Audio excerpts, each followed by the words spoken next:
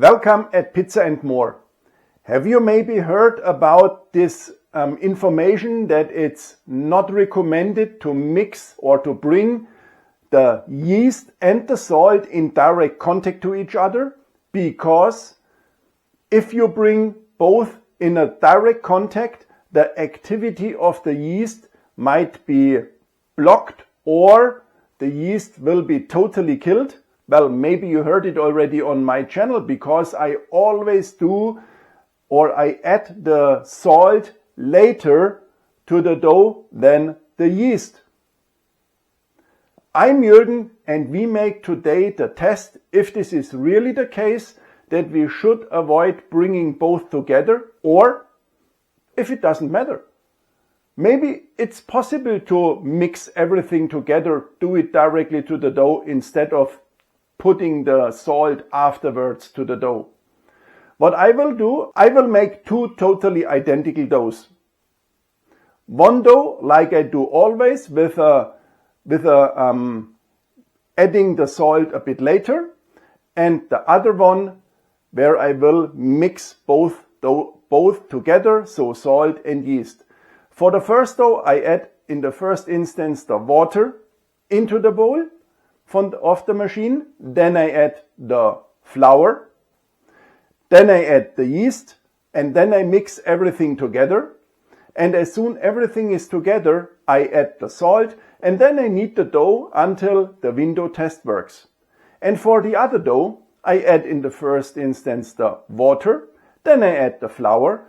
In a little bowl, I mix directly the dry yeast together with the salt, and then I put the mixture of yeast and salt to the into the bowl, into the machine, and then I mix as well everything until the window test works. After I kneaded both doughs, I let them rise at room temperature for 1 to 2 hours, and then I put them into the fridge. So this will be a direct dough with a leavening time of in some 48 hours, which means I make the bulk fermentation for 24 hours. And then I do the boiling, and then when I made the pizza balls, I let the pizza balls also rise for 24 hours. And at the end, we will do a baking session, and then we will see, are both those absolutely identical? Will it work to have a nice pizza, or maybe it's not working? But we will see this when we make the pizza. So to the amount, what we will use, I will use 500 grams of flour, so a strong with a strong bake, so with a high baking strength, because of the longer leavening time of 48 hours. Then I will use 325 grams of cold water. This leads then to a hydration of 65%. I will use 0.5 grams of dry yeast and then 15 grams of fine sea salt. And now I would say I make both those. Afterwards I will show you the result when both those are ready kneaded, how both those looks like. I think there will be no different, but we will see. Here you can see now both doughs. This one looks a bit different because this one is the dough I kneaded at first, and this one was what I kneaded as second. From the kneading itself, I would say both were exactly the same. And also now I would say there is not a real difference. Okay, this one is already half an hour older. This one here is the dough where I mixed the salt and the yeast together. And this one is what I made, however, or as always, I added the salt later. To be able to know or to remember which one is which one, this one in the box with the white logo is the dough where I added the salt later, and this one, this box with the black logo, is the dough where I mixed salt and yeast together. And as already mentioned, I let both those now rise at room temperature for 1 to 2 hours, and after this time I put both into the fridge for 22 to 24 hours until I make the dough balls. Both doughs had now a leavening time in the meanwhile of 24 hours, and 22 hours of those the dough was in the fridge. Actually, I can't see any big difference. Both doughs rose a little bit, not too much, but this is clear because they've been in the fridge, and in the fridge it has around about 4 to 4.5 degrees, so the activity of the yeast is very low. But however, there is some activity in the dough, but as I said, I can't see any big difference. I make now the pizza balls and then I put them back into the fridge. Here we have now both doughs. This one is the dough where I added the yeast and the salt, or where I mixed up the yeast and the salt. And this one is the dough where I added the salt a little bit later. And you can see there is not a big difference.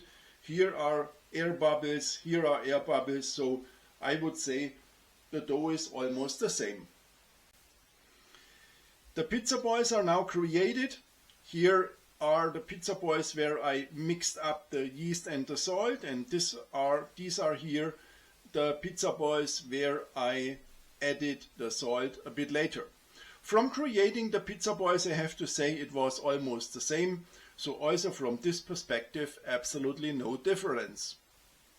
From both boxes, I already closed again the lid. And now I put them directly back into the fridge. And I think because it's cold, I will remove them out of the fridge around 6 hours before baking. If you are interested also in this recipe I used for this kind of dough, and also how I made the dough, in both ways I will add also this, if you are interested in reading it, also to the video description. My pizza balls had now also a leavening time of around 24 hours, so in total 48 hours.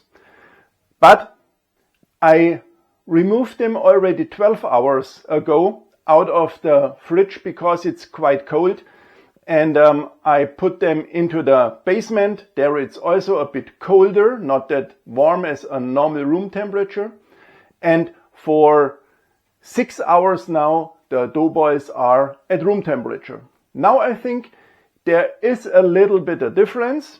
I will show you the difference in a few seconds, but I think the difference is not too big. And here you can see now the pizza balls. I think these pizza balls are a bit bigger than this one, and this one are really those pizza balls where I added the salt later. And here for them I mixed the salt together with the yeast. Now I will create from one of each pizza margherita, and I will bake this margherita, and then we see how the crust looks like. This is now the first pizza which is ready for the oven. This is a dough where I mixed the yeast and the salt. It was easy to stretch, all was quite normal, and now let's see how it in the oven.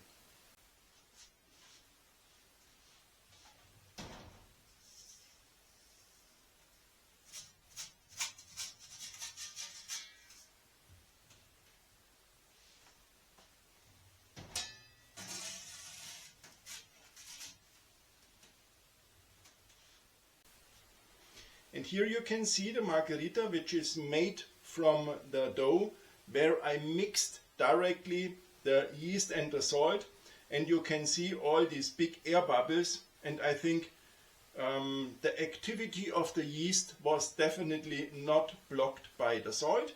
So I think it looks like always, and now I make the other one. And this is now the margherita from the other dough, where I added the salt a bit later.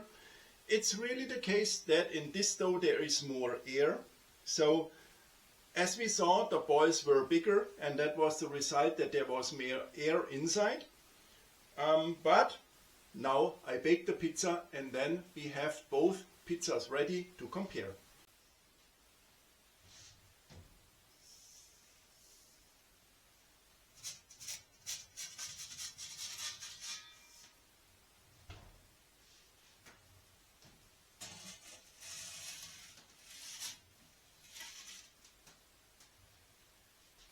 And here you can see now both pizza in a direct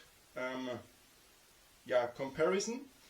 This one here is or was the second one, so where I added the yeast, the salt later, and this one was this one which I baked at first, where I mixed yeast and salt together. I think from my personal feeling I see not a real difference. I think both are fantastic, both crusts are very nice. I think the difference is, if there is a difference, it's really very minimal. Yeah, and now you saw the result.